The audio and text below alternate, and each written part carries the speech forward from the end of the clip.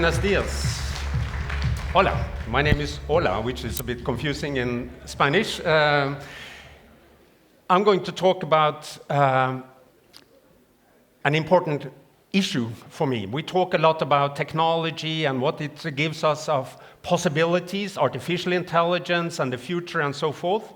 We also talk about regulation, which is very important, how policies can regulate developments and how we can destabilize and look at possibilities for technologies in the future.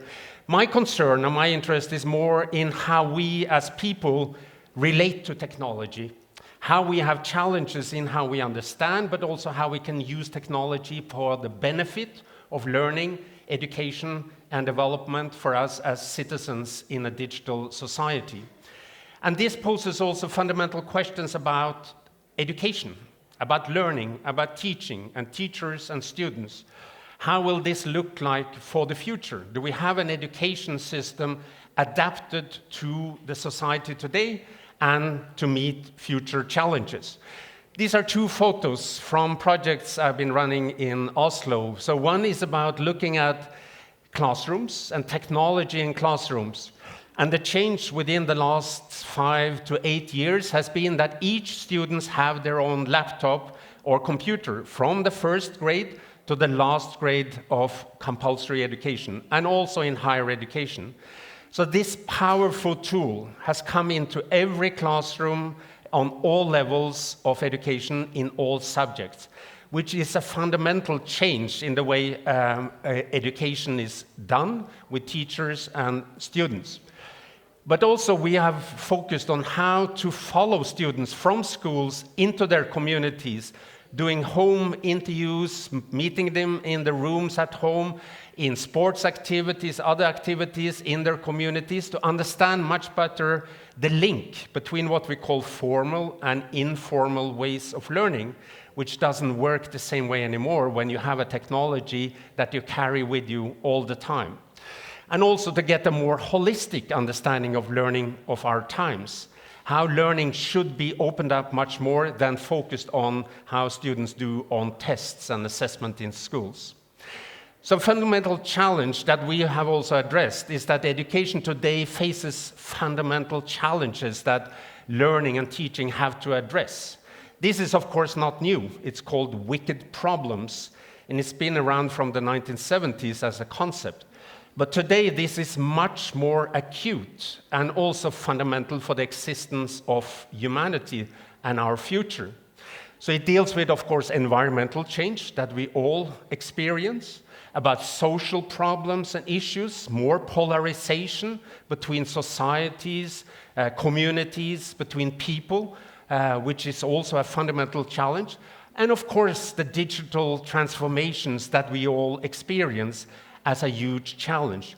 So how does education address these wicked problems of our times? Do we have education systems that are prepared to address this and involve students? Because these are problems that don't have simple solutions, that has a fact as an outcome. They are unique, no right to be wrong. Every problem is a symptom of another problem. So these are very complex, and this complexity is something I think our education systems don't address in the proper way. So my interest is on the students, not so much on education as a system. I think we need to address the system, but more from research and understanding of young people today. How they use technology, how they think about learning, how they deal with education, and how they think about the future.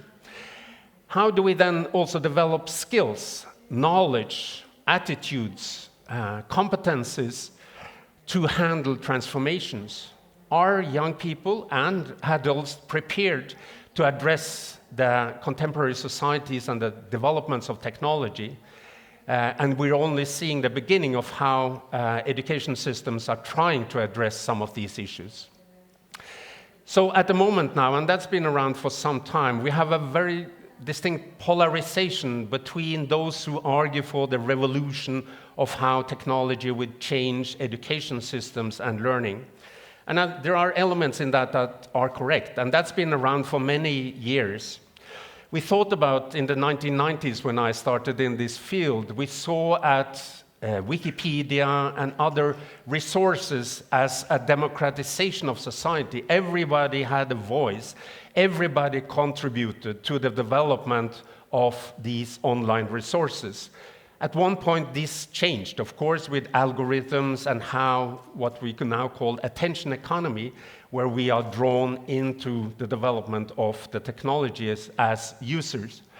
But also that revolution means here that it will change something within education. And since the 1990s, not much has changed. Of course, we have resources we didn't have before, but fundamentally education functions more or less as it did 20, 30, 40 years ago. On the other side, we have a rather new development in asking questions of how technology represents a threat for humanity, what is called digital detox.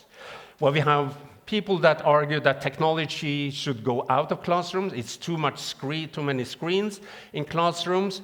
And I think it's a natural critique that has come up.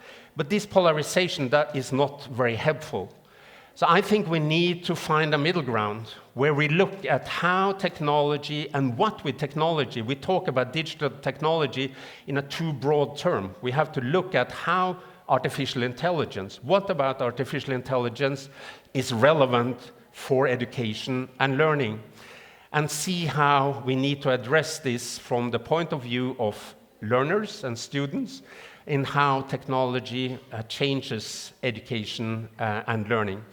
So what some talk about as what counts as learning and what learning counts, to understand the concept of learning. So we're not thinking about learning only what is assessed on tests, and how learning is embedded in empowerment, in agency, and transformative agency, which is a concept we work with, in how knowledge and skills can help you to change your environment and your society. Also, that education has fundamental changes in the way we think about qualification of skills and competencies when we see a society that is changing very rapidly, with educating young people for jobs that do not yet exist. App developers or influencers were not jobs that school prepared you for 20 years ago, but in my society, many young people aspire to become influencers and they earn a lot of money on that, to solve problems that have not yet exist. So these wicked problems, how they develop, we have to develop and think differently in the content of education and learning. Also, there is a deep concern about the well-being of young people today. OECD has had several reports. They've had a project called 21st Century Children, where they address and show statistics about how in many societies young people feel more depressed, more stress, anxieties, and also more uncertainty about the future. And also they address that this is the first in many generations. We have a generation that think that the future will be more problematic than their parents' generation. So the prospects for the futures is more challenging. And how does education deal with this?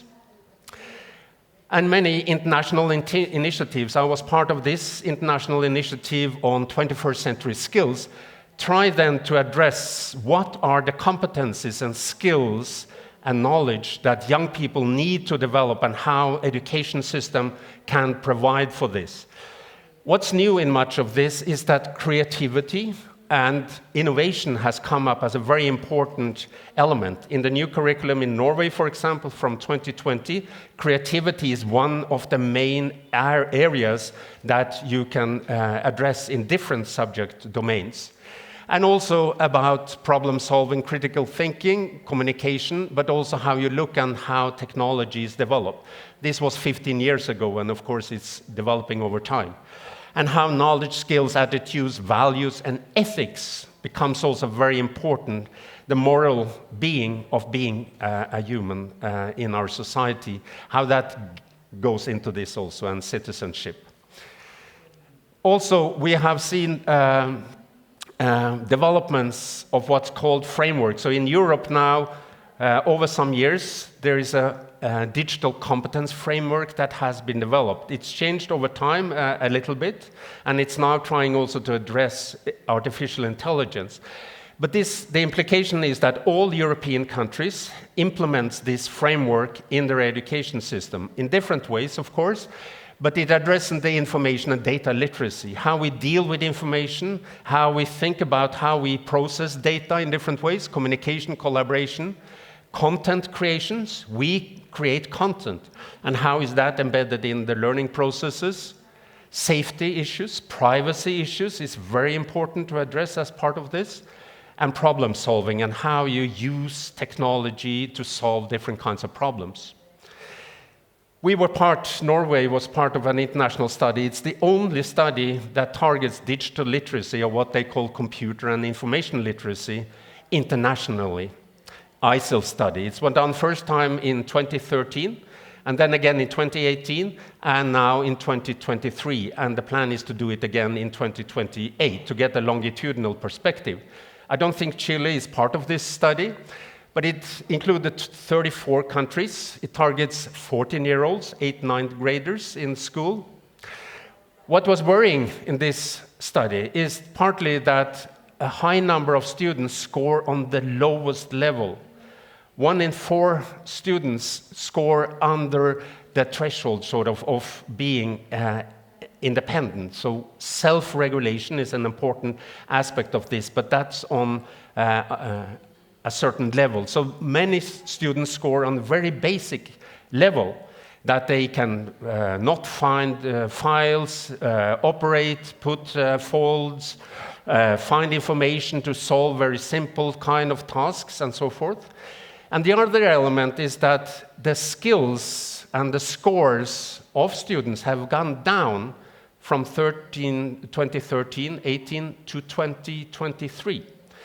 And the authors of the international report say that we don't know, it might be the pandemic that influences this, but it might also be that we think young people are technology savvy, that they are digital natives, but they can operate on social media, but to solve problems that can help them in learning, they score in general across the 34 countries. There are 2 countries that stand out a little bit, but all the rest of the countries have the same tendency of decreasing scores.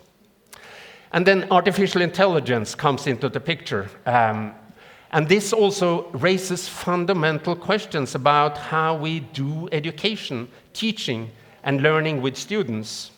And teachers are really important in addressing these kind of issues.